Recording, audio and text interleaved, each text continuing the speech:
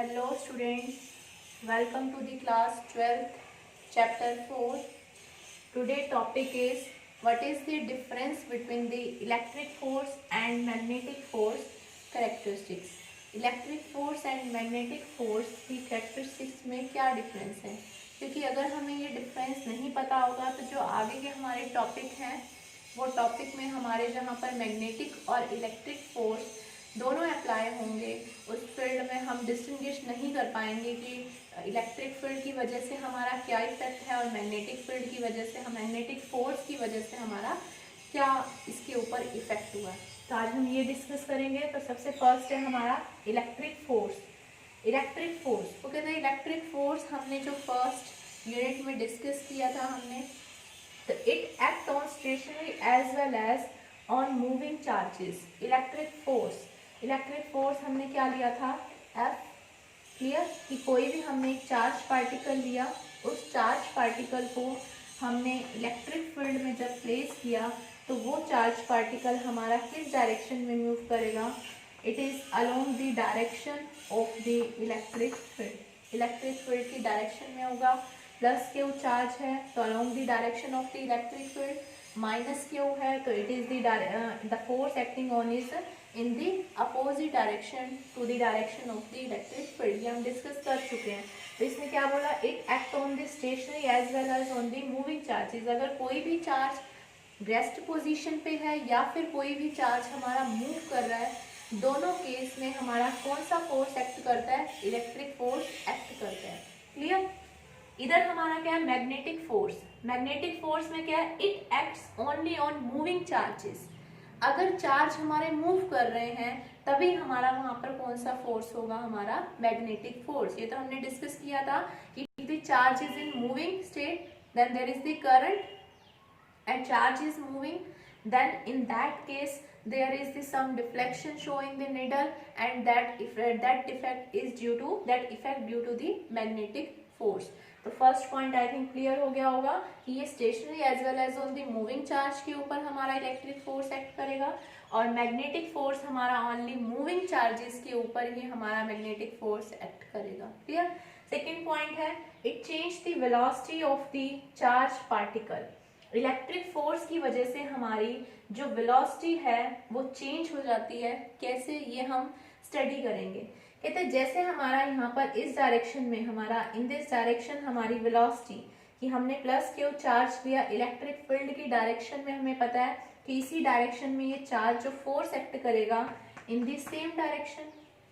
अब किसी भी ऑब्जेक्ट किसी भी पार्टिकल के ऊपर आपको पता है फोर्स अप्लाई करता है। अगर मान लो एक ऑब्जेक्ट स्ट्रेट लाइन में जा रहा है, क्लियर, और फोर्स भी इसका सेम ही डायरेक्शन में अप्लाई हो रहा है, तो क्या होगा, रिजल्ट इज दैट कि उसकी जो हमारी वेलोसिटी है वो इंक्रीज होगी।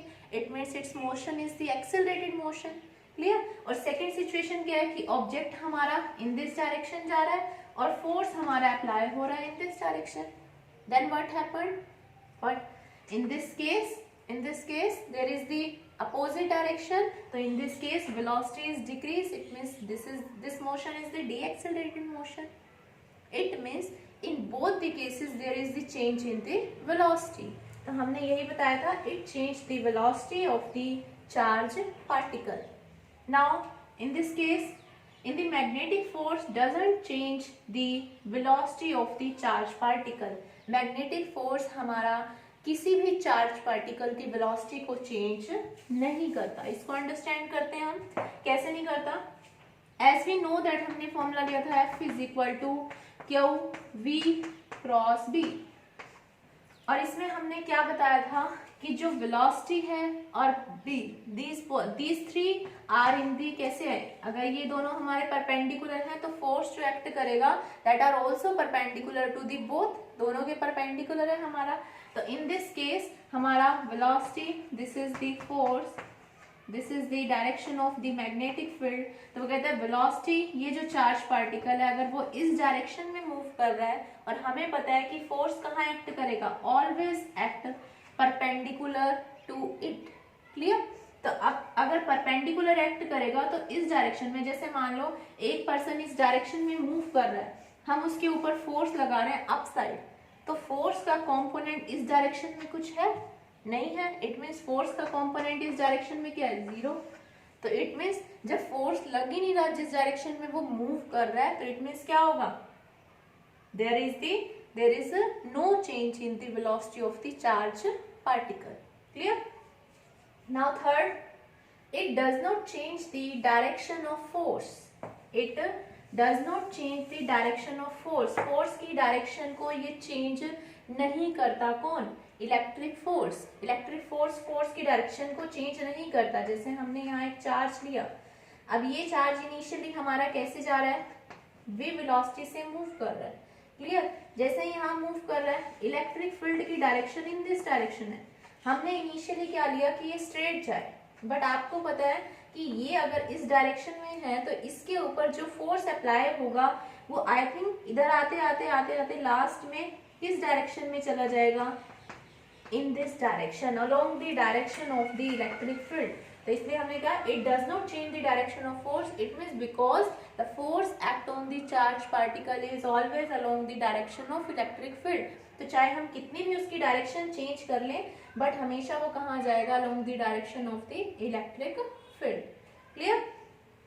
Third one is it changes the direction of force. ये फोर्स की डायरेक्शन को, कौन, मैग्नेटिक फोर्स जो है, it change the direction of force, magnetic force की डायरेक्शन को चेंज करता है। कैसे चेंज करता है, क्योंकि हमने क्या बताया कि V हमारा जो है दैट इज द, अगर मान लो यहाँ एक चार्ज पार्टिकल है, इधर V वेलोसिटी से मूव कर रहा है, तो जिस तरफ वेलोसिटी होगी फोर्स की डायरेक्शन परपेंडिकुलर होगी हमेशा। अगर मान लो ये चार्ज पार्टिकल इधर भी वेलोसिटी से मूव कर रहा है तो ये परपेंडिकुलरली इधर चला जाएगा।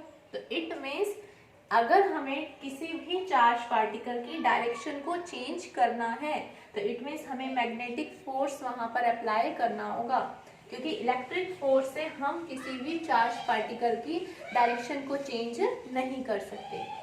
क्लियर? तो कंक्लूजन क्या आपको लर्न रखना है कि अगर हमें डायरेक्शन चेंज करनी है तो इट मीन्स हमें मैग्नेटिक फोर्स वहां पर हेल्प करेगा। अगर हमें वेलोसिटी हमारी चेंज करनी है तो इन दैट प्लेस हमारा इलेक्ट्रिक फोर्स हमारा वहां पर एप्लीकेबल होगा, वो हेल्प करेगा। और फर्स्ट हमने बता ही दिया कि stationary as well as moving charge पे होगा, और this is only for the moving charge.